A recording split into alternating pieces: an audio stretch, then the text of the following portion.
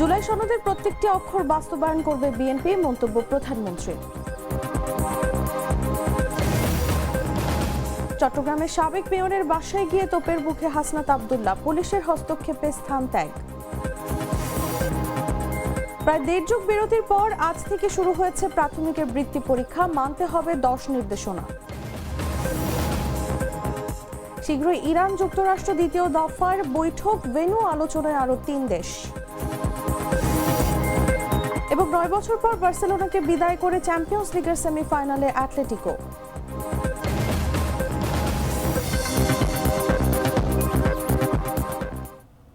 এতক্ষণ শুনছিলেন সংবাদ শিরোনাম। দর্শক, আমন্ত্রণ বেলা 11টার সংবাদে, সাথে আছি আমি তাসলিমা তিথি। টুইন লেমন ও অ্যান্টিব্যাকটেরিয়াল ফর্মুলা বাসনকে চকচকে জীবাণুমুক্ত করে আমাদের দেয় গ্লিটার গ্যারান্টি। চলে যাচ্ছে পুরো খবরে।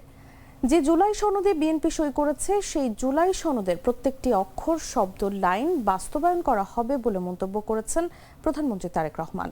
মঙ্গলবার বিকেলে টাঙ্গাইলের সন্তোষে মাওলানা ভাসানীর কবর জিয়ারত শেষে মাজার প্রাঙ্গণে এক আলোচনা সভায় তিনি এসব কথা বলেন। প্রধানমন্ত্রী বলেন, যারা বিএনপির খাল খনন, ফ্যামিলি কার্ড, কৃষক কার্ড ও পেশাদার খেলোয়াড় তৈরি সহ জনকর্মসূচিতে বাধাগ্রস্ত করবে, বিএনপি জনগণকে সঙ্গে নিয়ে তাদের প্রতিহত করবে। স্বৈরাচার পালিয়ে গেলেও এখনো স্বৈরাচারের ভূত রয়ে গেছে বলে মন্তব্য করেন সরকার প্রধান। এজন্য সবাইকে সজাগ থাকার আহ্বান জানান তিনি। আমরা দেশবাসীকে পরিষ্কারভাবে আবারও আজকে এই জনসভায় দাঁড়িয়ে পরিষ্কারভাবে আমি আপনাদের সামনে এবং এখানে মিডিয়া আছে, মিডিয়ার মাধ্যমে সমগ্র দেশের মানুষকে বলতে চাই পরিষ্কারভাবে, যেই জুলাই সনদ আমরা সংসদের দক্ষিণ প্লাজায় ডক্টর ইউনূস যখন ডেকেছিল সনদ সই করার জন্য, সবচেয়ে প্রথমে বিএনপি গেছিল, বিএনপি জুলাই সনদ সই করে। আগে যেই জুলাই সনদ বিএনপি সই করে এসেছে, সেই জুলাই সনদের প্রত্যেকটি অক্ষর, প্রত্যেকটি শব্দ, প্রত্যেকটি লাইন ইনশাআল্লাহ আমরা বাস্তবায়ন করব। বাংলাদেশের জনগণ বিএনপিকে দায়িত্ব দিয়েছে দেশ পরিচালনা করার জন্য। কাজেই সনদ যেটি বিএনপি সই করে এসেছে, যেই সনদে অন্যরাও সই করে এসেছে, আমরা দেখেছি এই যে এখন যারা বিরোধী দলে আছে, প্রথমবার দেখলাম তারা গেল করবে কি করবে না একটা ঢিলে জমা, আর তাদের সাথে আরেকটা দল আছে, তারা তো তখন সই করে নাই, তাদেরকে দেখলাম নির্বাচনের পরে গিয়ে হঠাৎ করে তৈরি করে সই করলো। তো ভাই, সবচেয়ে প্রথমে তো এই জুলাই সনদে কি। চট্টগ্রাম নগরের সাবেক সিটি মেয়র এম মনজুর আলমের বাসায় গিয়ে স্থানীয় বিএনপি নেতাকর্মীদের বিক্ষোভ ও অবরোধের মুখে পড়েছেন কুমিল্লা 4 আসনের সংসদ সদস্য ও এনসিপি নেতা হাসনাত আব্দুল্লাহ। পরে প্রায় 1 ঘন্টা অবরুদ্ধ থাকার পর পুলিশের হস্তক্ষেপে তিনি স্থান ত্যাগ করেন। মঙ্গলবার দুপুরে 2টি গাড়িতে করে হাসনাত আব্দুল্লাহ সাবেক মেয়রের বাসায় পৌঁছালে তার উপস্থিতির খবর ছড়িয়ে পড়ে। এর কিছুক্ষণের মধ্যেই বিএনপির নেতাকর্মীরা সেখানে জড়ো হয়ে বাড়ির মূল ফটক ঘিরে বিক্ষোভ শুরু করেন। প্রত্যক্ষদর্শীরা জানান, দুপুরের দিকে 2টি গাড়িতে করে হাসনাত আব্দুল্লাহ সাবেক মেয়রের বাসায় পৌঁছালে তার উপস্থিতির খবর ছড়িয়ে পড়ে।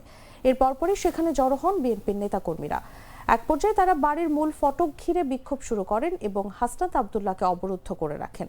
এতে পুরো এলাকায় উত্তেজনা ছড়িয়ে পড়ে। অবরুদ্ধ অবস্থায় বিক্ষোভকারীরা হাসনাত আব্দুল্লাহকে উদ্দেশ্য করে বিভিন্ন প্রশ্ন তোলেন। তারা জানতে চান, আওয়ামী লীগের একজন নেতার বাসায় তার উপস্থিতির কারণ কি। পরিস্থিতি উত্তপ্ত হয়ে উঠলে ঘটনাস্থলে পুলিশ গিয়ে পরিস্থিতি নিয়ন্ত্রণে আনে। পরে হাসনাত আব্দুল্লাহ বিক্ষোভকারীদের সঙ্গে সংক্ষিপ্ত কথা বলেন এবং পুলিশের উপস্থিতিতে স্থান ত্যাগ করেন।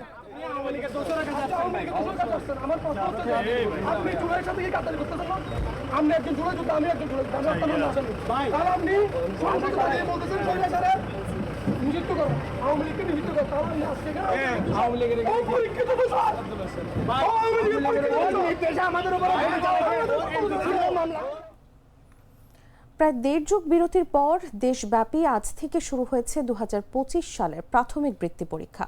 বুধবার সকাল 10টায় পরীক্ষা শুরু হয়। প্রথম দিনে বাংলা পরীক্ষা অনুষ্ঠিত হচ্ছে। পরীক্ষা চলবে দুপুর 12:30 পর্যন্ত।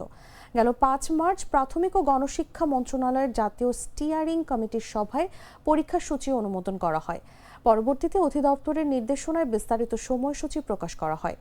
সূচি অনুযায়ী 16 এপ্রিল ইংরেজি, 17 এপ্রিল প্রাথমিক গণিত এবং 18 এপ্রিল বাংলাদেশ ও বিশ্ব পরিচয় এবং প্রাথমিক বিজ্ঞান বিষয়ের পরীক্ষা অনুষ্ঠিত হবে। তবে দেশের 3 পার্বত্য জেলা রাঙ্গামাটি, খাগড়াছড়ি ও বান্দরবানে ভিন্ন সময়সূচিতে পরীক্ষা অনুষ্ঠিত হবে। এদিকে বিশেষ চাহিদা সম্পন্ন পরীক্ষার্থীদের জন্য নির্ধারিত সময়ের অতিরিক্ত 30 মিনিট সময় বরাদ্দ রাখা হয়েছে বলে জানিয়েছে কর্তৃপক্ষ। নীতিমালা অনুযায়ী পরীক্ষার হলে শিক্ষার্থীদের মানতে হবে 10টি নির্দেশনা।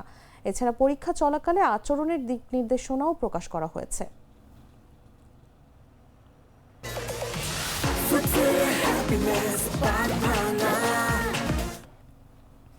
গাইবান্ধায় পহেলা বৈশাখের উৎসবে ঘাঘট নদীতে গোসল করতে নেমে সাদাত আহমেদ নামের এক স্কুল ছাত্রের মৃত্যু হয়েছে। নিখোঁজের 4 ঘন্টা পর ফায়ার সার্ভিসের ডুবুরি দল নদী থেকে তার মরদেহ উদ্ধার করে। মঙ্গলবার বিকেলে সদর উপজেলার ভেড়ামারা ব্রিজ সংলগ্ন মিনি জাফলং নামক স্থানে এই দুর্ঘটনা ঘটে। নিহত সাদাত আহমেদ গাইবান্ধা শহরের সুন্দর জাহান মোড় এলাকায় খালার বাড়িতে থেকে এসকে স্কুল অ্যান্ড কলেজের 8ম শ্রেণীতে পড়াশোনা করত। স্থানীয় সূত্রে জানা গেছে, বাংলা নববর্ষ উপলক্ষে বিকেলে 4 বন্ধু মিলে ঘাঘট নদীর পাড়ে বেড়াতে আসে সাদাত। এক পর্যায়ে সে নদীতে গোসল করতে নামে। দীর্ঘক্ষণ পার হয়ে গেলেও সে পানি থেকে ফিরে না আসায় বন্ধুরা চিৎকার শুরু করে। স্থানীয়রা তাৎক্ষণিক নদীতে নেমে খোঁজাখুঁজি করে তার সন্ধান না পেয়ে ফায়ার সার্ভিসকে খবর দেয়। খবর পেয়ে গাইবান্ধা ফায়ার সার্ভিসের একটি দল উদ্ধার অভিযান শুরু করে। তবে স্থানীয়ভাবে সন্ধান না মেলায় রংপুর থেকে বিশেষ ডুবুরি দল আনা হয়। রংপুর ডুবুরি ইউনিটের লিডার আসাদুজ্জামান জানান, বিকেল 4টা থেকে প্রায় 1 ঘন্টার প্রচেষ্টায় ভেড়ামারা ব্রিজের নিচ থেকে শিক্ষার্থীর মরদেহটি উদ্ধার করতে সক্ষম হন তারা। স্কুলে আসছে উৎসবের জন্য, তারপরে আসছে নদীতে গোসল করতে আসছিল মনে হয়, বা বললো যে স্লিপ করে পড়ে গেছে, হয়তো গোসলে করতে আসছে। আসার পরে সে নিখোঁজ হওয়ার পরে আমাদের নিকটবর্তী ফায়ার স্টেশন গাইবান্ধাকে অবগত করে। গাইবান্ধা তাৎক্ষণিক সাড়া দেয় এবং আসে। যেহেতু আমাদের রংপুর বিভাগে রংপুরেই শুধু ডুবুরি ইউনিয়ন, আমাদের ওই রংপুর থেকেই আমাদের সারা 8 জেলায় কভারেজ করি আমরা। সেই ক্ষেত্রে যখন গাইবান্ধা এখান থেকে আসে, দেখছে যে এখানে গভীরতা বেশি, ওরা আমাদেরকে ইনফর্ম করে। তার প্রেক্ষিতে আমরা রংপুর থেকে আসি এবং উদ্ধার অভিযান পরিচালনা করে নদীতে 1 ঘন্টা অভিযান চালিয়ে ভিক্টিমকে উদ্ধার করতে পেরেছি।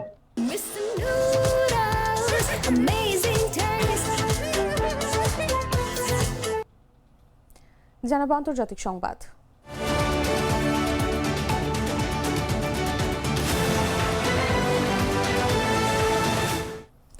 যুক্তরাষ্ট্র ও ইরানের মধ্যে দ্বিতীয় দফা আলোচনা এই সপ্তাহে বা আগামী সপ্তাহের শুরুতে অনুষ্ঠিত হতে পারে। তবে ঠিক কোথায় এই বৈঠক হতে পারে তা নিয়ে আন্তর্জাতিক বিভিন্ন সংবাদ মাধ্যমে ভিন্ন ভিন্ন তথ্য উপস্থাপিত হয়েছে। পাকিস্তানে ইরানি দূতাবাসের এক মুখপাত্রের বরাত দিয়ে মঙ্গলবার বার্তা সংস্থা রয়টার্সের এক প্রতিবেদনে দ্বিতীয় দফা বৈঠকের বিষয়টি নিশ্চিত করা হয়েছে। এদিকে পাকিস্তানের প্রতিরক্ষা মন্ত্রী খাজা মোহাম্মদ আসিফ জানিয়েছেন, 2 দেশের মধ্যে সরাসরি আলোচনা খুব শীঘ্রই হতে পারে। তবে আল জাজিরা ও অ্যাসোসিয়েট প্রেস জানিয়েছে, এখনও বৈঠকের নির্দিষ্ট তারিখ ও স্থান চূড়ান্ত হয়নি। সম্ভাব্য ভেন্যু হিসেবে ইসলামাবাদের পাশাপাশি সুইজারল্যান্ডের জেনেভার নাম আলোচনায় রয়েছে। এছাড়া ব্লুমবার্গের এক প্রতিবেদনে বলা হয়েছে, দ্বিতীয় দফা আলোচনার ক্ষেত্রে তুরস্ক এবং মিশর সম্ভাব্য আয়োজক হতে পারে। এর আগে ইসলামাবাদে অনুষ্ঠিত প্রথম দফা বৈঠকে কোনো চূড়ান্ত সমঝোতা হয়নি।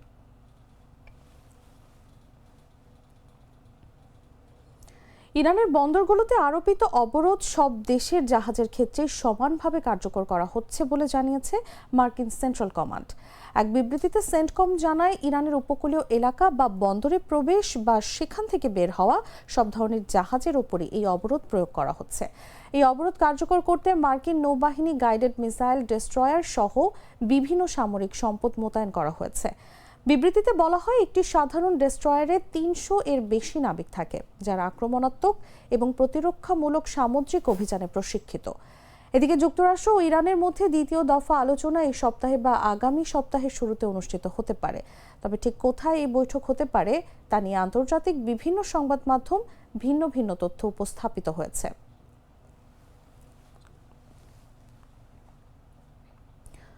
মার্কিন ট্রেজারি সেক্রেটারি স্কট বেসেন্ট বলেছেন, চীন যেন ইরান থেকে তেল নিতে না পারে সেজন্য পদক্ষেপ নিচ্ছে যুক্তরাষ্ট্র। ওয়াশিংটনে সাংবাদিকদের তিনি জানান, হরমুজ প্রণালীতে ইরানের তেল বহনকারী চীনা ট্যাঙ্কারগুলোকে যুক্তরাষ্ট্র বাধা দেবে। তিনি বলেন, চীন তেল পেতে পারে কিন্তু ইরানের তেল নয়। বেসেন্ট চীনের সমালোচনা করে বলেন, বৈশ্বিক পর্যায়ে দেশটি বিশ্বাসযোগ্য অংশীদার হিসেবে আচরণ করছে না। তিনি অভিযোগ করেন, চীন তেলের মজুদ বাড়াচ্ছে এবং কিছু পণ্যের রপ্তানি সীমিত করছে। তিনি জানান, এ বিষয়ে চীনা কর্মকর্তাদের সঙ্গে আলোচনা হয়েছে, তবে এই বিরোধ প্রেসিডেন্টের সম্ভাব্য বেইজিং সফরে প্রভাব ফেলবে কিনা সে বিষয়ে তিনি সম্ভাব্য করতে চাননি। বেসেন্ট বলেন, এই সফরের মূল বার্তা হবে স্থিতিশীলতা, এছাড়া যোগাযোগই সবচেয়ে গুরুত্বপূর্ণ।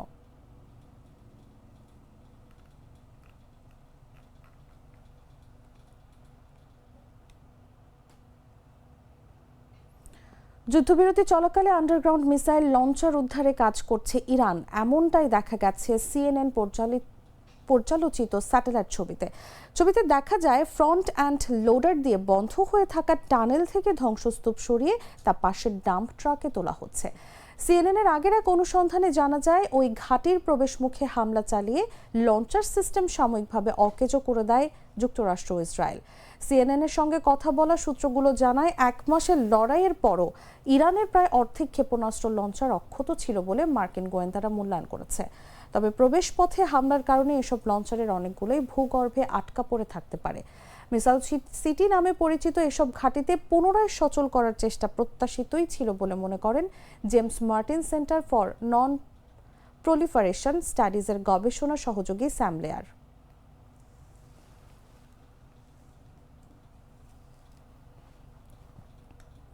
সংবাদ শেষ করব খেলার খবর জানিয়ে।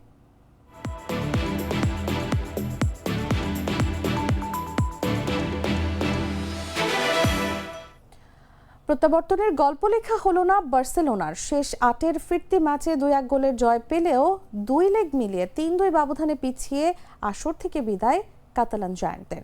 বিপরীতে ঘরের মাঠে হারলেও 2017 সালের পর আরও একবার সেমিফাইনালে অ্যাটলেটিকো মাদ্রিদ। চ্যাম্পিয়ন্স লিগের শেষ 4-এর টিকিট পেতে দরকার 3 গোল, বিপরীতে সুযোগ নেই গোল হজমের। ফিরতি লেগে যার কোনোটিই পূরণ করতে পারেনি বার্সেলোনা। ফলাফল 2014 ও 16 সালের পর আরও একবার অ্যাটলেটিকো মাদ্রিদের কাছে হেরে কোয়ার্টার থেকেই বিদায় কাতালান জায়ান্টদের। অথচ শুরুটা ছিল প্রত্যাশার চেয়েও বেশি। 24 মিনিটের মধ্যে ইয়ামাল ও তোরাসের গোলে 2-0 ব্যবধানে এগিয়ে যায় হ্যান্সি ফ্লিকের দল।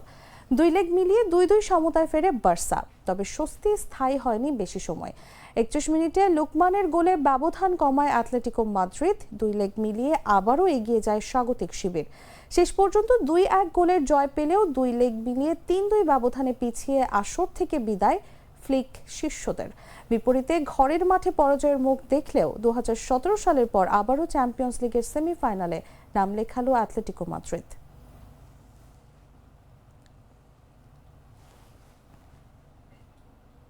দর্শক, সংবাদ শেষ করার আগে শিরোনামগুলো জানিয়ে দিচ্ছি আরও একবার। জুলাই সনদের প্রত্যেকটি অক্ষর বাস্তবায়ন করবে বিএনপি, মন্তব্য প্রধানমন্ত্রী। চট্টগ্রামের সাবেক মেয়রের বাসায় গিয়ে তোপের মুখে হাসনাত আব্দুল্লাহ, পুলিশের হস্তক্ষেপে স্থান ত্যাগ। প্রায় 1.5 যুগ বিরতির পর আজ থেকে শুরু হয়েছে প্রাথমিকের বৃত্তি পরীক্ষা, মানতে হবে 10 নির্দেশনা। শীঘ্রই ইরান যুক্তরাষ্ট্র দ্বিতীয় দফার বৈঠক, ভেন্যু আলোচনায় আরও 3 দেশ। এবং 9 বছর পর বার্সেলোনাকে বিদায় করে চ্যাম্পিয়ন্স লিগের সেমিফাইনালে অ্যাটলেটিকো।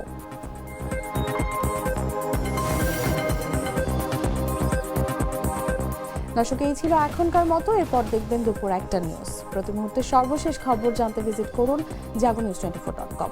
ফলো করুন আমাদের ভেরিফাইড ফেসবুক পেজ এবং সাবস্ক্রাইব করুন জাগো নিউজের ইউটিউব চ্যানেল। ধন্যবাদ সবাইকে।